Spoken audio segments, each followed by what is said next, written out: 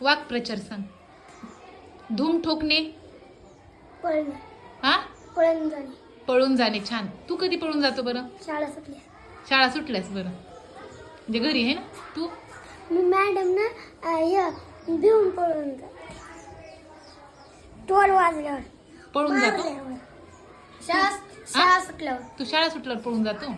Madam नंतर खेळ घेतला. खेळ घेतला पळून जाते तू? मॅडम लेकरं पळत की खेळ घेतल्यावर तिकडे तू पळत खेळायला येते का खेळापासून पळून जाते? खेळायला पळत म्हणजे खेळायला जाते तिकडे. बरं, खेळायला पळती का? मॅडम माकड आल्यास पळून जाते. हम्म. भीती वाटल्यास पळून जाते. हम्म. माकड मागे लागल्यावर पळून जाते. कोणी मारायल्यावर, साप आल्यावर पळून जातो. हा. कुत्र्या मागे लागलं पळून जाते. बरं बरं. पप्पाचा फोन घेऊन पळून जातोय. माझा भाऊ माग पळतोय.